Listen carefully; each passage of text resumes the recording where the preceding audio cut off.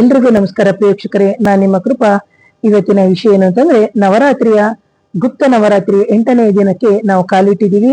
ಈ ಸಂದರ್ಭದಲ್ಲಿ ನಾವು ಬಗುಳಾಮುಖ ದೇವಿ ಅಥವಾ ನಾವು ಮಹಾಗೌರಿಯ ರೂಪದಲ್ಲಿ ತಾಯಿಯನ್ನ ಆರಾಧನೆಯನ್ನ ಮಾಡ್ತೀವಿ. ಬಗುಳಾಮುಖ ದೇವಿ ಅಂತ ಹೇಳಿದಂತಹ ಸಂದರ್ಭದಲ್ಲಿ ದಶಮಹಾವಿದ್ಯೆಗಳಲ್ಲಿ ಬರುವಂತಹ 8ನೇ ಒಂದು ಮಹಾವಿದ್ಯೆ. ಇಲ್ಲಿ ಸ್ತಂಭನ ಶಕ್ತಿಯ ಒಂದು ಅಧಿಷ್ಠಾನ ದೇವತೆ, ಅಥವಾ ಸ್ತಂಭನ ಅಂದ್ರೆ ದುಷ್ಟರ ವಿರುದ್ಧ ಅನ್ಯಾಯ ಮತ್ತು ಕೆಟ್ಟ ಪ್ರಭಾವವನ್ನು ನಿಲ್ಲಿಸುವ ಒಂದು ದೈವಿಕ ಶಕ್ತಿಯತ್ವ ಅಂತ ಹೇಳ್ತೀವಿ. ಹಾಗಾಗಿ ಇದನ್ನ ನಾವು ತಾಂತ್ರಿಕ ಒಂದು ಪರಂಪರೆಯಲ್ಲಿ ಹೇಳ್ತೀವಿ. ಹಾಗಾಗಿ ಇಲ್ಲಿ ಆಧ್ಯಾತ್ಮದ ಅರ್ಥವು ಸಮೇತ ಬರುತ್ತೆ. ಬಗುಳಾಮುಖಿ ದೇವಿಯ ಆರಾಧನೆ ನಿಜವಾದ ಉದ್ದೇಶ ಏನು ಅಂತಂದ್ರೆ, ನಮ್ಮೊಳಗಡೆ ಇರುವಂತಹ ನಕಾರಾತ್ಮಕ ಶಕ್ತಿ, ಅದರ ಜೊತೆಗೆ ನಮ್ಮ ಹೊರಗಡೆ ಇರುವಂತಹ ನಕಾರಾತ್ಮಕ ಶಕ್ತಿಗಳು, ಮಾಂತ್ರಿಕ ಬಾಧೆಗಳು, ಅಶಾಂತಿ, ಅಹಂಕಾರ ಮತ್ತು ನಿಯಂತ್ರಣ ಇಲ್ಲದೆ ಇರುವಂತಹ ಒಂದು ಮನಸ್ಸನ್ನ ಶಮನಗೊಳಿಸುವುದು ಅಂತ. ಹಾಗೆ ಹೊರಗಡೆಯಿಂದ ನಮಗೆ ಯಾರಾದ್ರೂ ಹಾನಿ ಮಾಡುವಂತಹ ಸಂದರ್ಭದಲ್ಲಿ ಮೊದಲು ನಮ್ಮ ಮನಸ್ಸನ್ನ, ನಮ್ಮ ದೇಹವನ್ನ, ಅದನ್ನ ನಾವು ಶುದ್ಧಗೊಳಿಸುವ ಒಂದು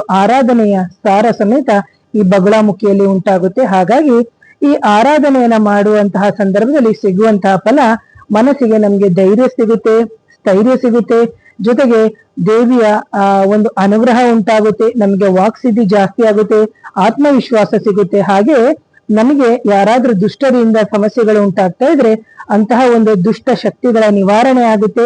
ಜೊತೆಗೆ ಆಧ್ಯಾತ್ಮದಲ್ಲಿ ನೀವು ಸಾಧನೆ ಮಾಡ್ಬೇಕು ಅಂತಿದ್ರೆ ಖಂಡಿತವಾಗ್ಲೂ ಅದಕ್ಕೆ ಏಕಾಗ್ರತೆ ಸಿಗುತ್ತೆ. ಹಾಗೆ ಜೀವನದಲ್ಲಿ ಶಾಂತಿ ಮತ್ತೆ ವಿವೇಕದಿಂದ ನಾವು ಮುನ್ನಡಿಲಿಕ್ಕೆ ದಾರಿಯಾಗುತ್ತೆ ಅಂತ. ಹಾಗೆ ಪೂಜೆಯ ಸಂದರ್ಭದಲ್ಲಿ ನಾವು ಹಳದಿ ಬಣ್ಣದ ವಸ್ತ್ರಗಳನ್ನ ಇವತ್ತು ನಾವು ಧರಿಸಿದ್ರೆ ಶುಭ ಅಂತ. ಹಾಗೆ ದೇವಿಯನ್ನು ಸಮೇತ ಹಳದಿ ಬಣ್ಣದ ವಸ್ತ್ರಗಳಿಂದ ಅಲಂಕಾರವನ್ನು ಸಮೇತ ಮಾಡಬಹುದು. ಕೆಲವರು ಅಲಂಕಾರ ಮಾಡ್ತಾರೆ, ಹಾಗೆ ಕೆಲವರು ಹಳದಿ ಬಣ್ಣದ ವಸ್ತ್ರಗಳಿಂದ ದೇವಿಯನ್ನ ಪೂಜಿಸಬಹುದು.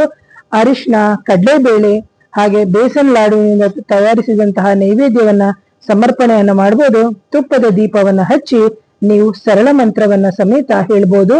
ಇಲ್ಲಿ ಮಂತ್ರ ಬಂದು ಈ ರೀತಿ ಇರುತ್ತೆ: ಓಂ ಲೀಂ ಬಗಳಾಮುಖಾಯೇ ನಮಃ, ಓಂ ಲೀಂ ಬಗಳಾಮುಖಿಯೇ ನಮಃ ಅಂತ ಹೇಳ್ಬಿಟ್ಟು ನೀವು ನಿತ್ಯವೂ 108 ಬಾರಿ ಇವತ್ತಿನಿಂದ ಆರಂಭ ಮಾಡಿದ್ರೆ ಖಂಡಿತವಾಗ್ಲೂ ನಿಮಗೆ ಮುಂದಿನ ವರ್ಷ ಗುಪ್ತ ನವರಾತ್ರಿಯ ಸಂದರ್ಭದಲ್ಲಿ ನಿಮಗೆ ಹಲವಾರು ಒಳಿತು ಉಂಟಾಗುತ್ತೆ ಅಂತ ಹೇಳ್ತೀನಿ ಪ್ರಿಯ ವೀಕ್ಷಕರೇ. ಹಾಗೇನೇನೆ ನೀವು ಹಳದಿ ಬಣ್ಣದ ವಸ್ತ್ರಗಳನ್ನ ನೀವು ಧರಿಸಿ, ಅದರ ಜೊತೆಗೆ ತಾಯಿಗೂ ಹಳದಿ ಬಣ್ಣದ ವಸ್ತ್ರಗಳನ್ನ ನೀವು ಸಮರ್ಪಣೆಯನ್ನ ನೀವು ಮಾಡಬಹುದು. ಹಾಗೇನೇನೆ ಮಂತ್ರವನ್ನ ಹೇಳಿದ್ದೀನಿ, ಆ ಮಂತ್ರವನ್ನ 108 ಬಾರಿ ಜಪಿಸಿ. ಇದರಿಂದ ಏನಾಗುತ್ತೆ ಅಂದ್ರೆ, ನಿಮ್ಮ ದೇಹದಲ್ಲಿ ಇರುವಂತಹ ಅನಾರೋಗ್ಯದ ಸಮಸ್ಯೆಗಳಾಗಿರ್ಬೋದು, ಅಥವಾ ಐಶ್ವರ್ಯ ಅಂದ್ರೆ ನಮಗೆ ಜೀವನದಲ್ಲಿ ಬೇಕಾಗಿರುವಂತಹ ಅಭಿವೃದ್ಧಿ ಇಲ್ಲದೆ ಇರುವಂತದ್ದು, ಅಥವಾ ನಮಗೆ ಮಕ್ಕಳ ವಿವಾಹ ಆಗ್ತಾ ಇಲ್ಲ, ಅಥವಾ ಕುಟುಂಬದಲ್ಲಿ ಶಾಂತಿ ಇಲ್ಲ, ವಿವಾಹಕ್ಕೆ ಅನುಕೂಲ ಆಗ್ತಾ ಇಲ್ಲ, ಅಥವಾ ಆರೋಗ್ಯದಲ್ಲಿ ಏನೋ ಸಮಸ್ಯೆ, ಮನೆಯಲ್ಲಿ ನೆಮ್ಮದಿ ಇಲ್ಲ, ಆಧ್ಯಾತ್ಮ ಜೀವನದಲ್ಲಿ ಇದೀನಿ ಆದ್ರೂ ಪ್ರಗತಿ ಇಲ್ಲ ಅಂತ ಹೇಳಿದಂತಹ ಸಂದರ್ಭದಲ್ಲಿ ನಾವು ಇಂತಹ ದಿನ ಆ ದೇವಿಯನ್ನ ಆರಾಧನೆಯನ್ನ ಮಾಡಿ ಆ ದೇವಿಯ ಒಂದು ಏನು ಕೃಪೆಗೆ ಪಾತ್ರರಾಗಬಹುದು ಅಂತ ಹೇಳ್ತೀನಿ. ಹಾಗೇನೇನೆ ಇಂತಹ ಒಂದು ಬಗುಳಾಮುಖಿಯ ದೇವಿಯನ್ನ ನಾವು ಖಂಡಿತವಾಗ್ಲೂ ಸತತವಾಗಿ ಆರಾಧನೆ ಮಾಡತ್ಕೊಂಡು ಬರೋದ್ರಿಂದ ಖಂಡಿತವಾಗ್ಲೂ ಶುಭವೇ ಉಂಟಾಗುತ್ತೆ ಅಂತ. ಕೆಲವರು ಮಹಾಗೌರಿಯ ರೂಪದಲ್ಲಿ ಸಮೇತ ಕೆಲವರು ಆರಾಧನೆಯನ್ನ ಸಮೇತ ಮಾಡ್ತಾರೆ. ಸೊ ನೋಡಿ, ಮಹಾಗೌರಿಯ ರೂಪದಲ್ಲಿ ಆರಾಧನೆಯನ್ನ ಮಾಡೋದ್ರಿಂದ ನಮಗೆ ಕರುಣೆ ಸಿಗುತ್ತೆ, ಶಾಂತಿ ಸಿಗುತ್ತೆ, ಆತ್ಮ ಶುದ್ಧಿ ಆಗುತ್ತೆ. ಹಾಗೆ ಮನಸ್ಸಿನಲ್ಲಿ ಏನಾದ್ರೂ ನಮ್ಗೆ ಮಲಿನತೆ ಇದ್ರೆ, ಗೌರಿ ಅಂತ ಹೇಳಿದಂತಹ ಸಂದರ್ಭದಲ್ಲಿ ಮಹಾಗೌರಿ ಒಂದು ಬಿಳಿಯ ವರ್ಣ ಅಂತ ನಾವು ಹೇಳ್ತೀವಿ. ಹಾಗಾಗಿ ಅಜ್ಞಾನವನ್ನ ದೂರವನ್ನು ಮಾಡ್ತಾಳೆ. ಜೊತೆಗೆ ಯಾರು ಈ ಸಾಧನೆಯನ್ನು ಮಾಡ್ಬೇಕು ಅಂತಿದ್ದಾರೋ ಅವರಿಗೆ ಆತ್ಮಜ್ಞಾನ, ಆಂತರಿಕವಾದಂತಹ ಒಂದು ಶಾಂತಿಯು ಸಮೇತ ಸಿಗುತ್ತೆ. ನಮ್ಮ ಪಾಪಕರ್ಮಗಳು ಕ್ಷಯ ಆಗುತ್ತೆ, ಜೊತೆಗೆ ನಾವು ಪುಣ್ಯದ ಕಡೆಗೆ ಹೋಗ್ತೀವಿ. ಹಾಗೆ ದೇವಿಯ ಕೃಪೆಯಿಂದ ಜೀವನದಲ್ಲಿ ಶುಭ ಮತ್ತು ಸೌಭಾಗ್ಯಗಳು ವೃದ್ಧಿಯಾಗುತ್ತೆ. ಮಹಾಗೌರಿಯ ರೂಪದಲ್ಲಿ ಇವತ್ತು ಯಾರು ಆರಾಧನೆ ಮಾಡ್ತೀರಿ, ಖಂಡಿತವಾಗ್ಲೂ ದೇವಿಗೆ ಬಿಳಿಯ ಹೂಗಳಿಂದ ಅರ್ಚಿಸಿ. ಬಿಳಿಯ ಹೂಗಳು ಅಂತ ಹೇಳಿದಂತಹ ಸಂದರ್ಭದಲ್ಲಿ ಸುಗಂಧರಾಜ ಇರ್ಬೋದು, ಮಲ್ಲಿಗೆ ಇರ್ಬೋದು, ಇದರಿಂದ ನೀವು ದೇವಿಯನ್ನ ಅರ್ಚಿಸಿ, ಜೊತೆಗೆ ನೈವೇದ್ಯವಾಗಿ ತೆಂಗಿನಕಾಯಿಯನ್ನು, ಪಾಯಸವನ್ನು ಅಥವಾ ಕೋಸಂಬರಿ ಈ ತರ ನೀವು ದೇವಿಗೆ ಅರ್ಪಿಸಬಹುದು. ತುಪ್ಪದ ದೀಪವನ್ನ ಸಮೇತ ನೀವು ಹಚ್ಚಿ ಮಹಾಗೌರಿಯ ಮಂತ್ರಗಳನ್ನ ಸಮೇತ ನೀವು ಇಲ್ಲಿ ಪಠನೆಯ ಮಾಡಬಹುದು.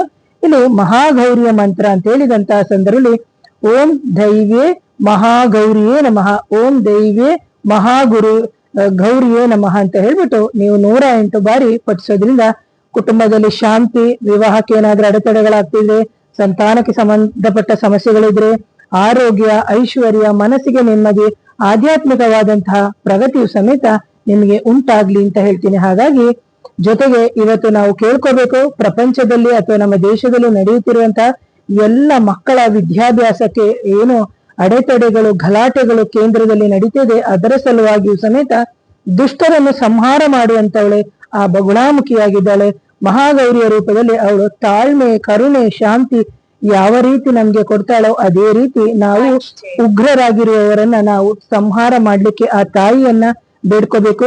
ಜೊತೆಗೆ ನ್ಯಾಯ, ನೀತಿ, ಧರ್ಮ ಒಂದು ಆಚರಣೆಗಾಗಿ ಆ ಜಗನ್ಮಾತೆಯನ್ನ ಇಂದು ನಾವೆಲ್ಲರೂ ಕೋರೋಣ ಅಂತ ಹೇಳ್ತಾ ಇವತ್ತಿನ ವಿಡಿಯೋನ ಮುಗಿಸ್ತೀನಿ. ಮತ್ತೊಮ್ಮೆ ಧನ್ಯವಾದಗಳು. ಹಾಗೇನೇನೆ ಇಂತಹ ಒಂದು ಗುಪ್ತ ಆಷಾಢ ನವರಾತ್ರಿಯಲ್ಲಿ ಆ ಜಗನ್ಮಾತೆ ಸಕಲರಿಗೂ ಸನ್ಮಂಗಳವನ್ನು ಉಂಟು ಮಾಡಲಿ. ನಮಸ್ತೆ.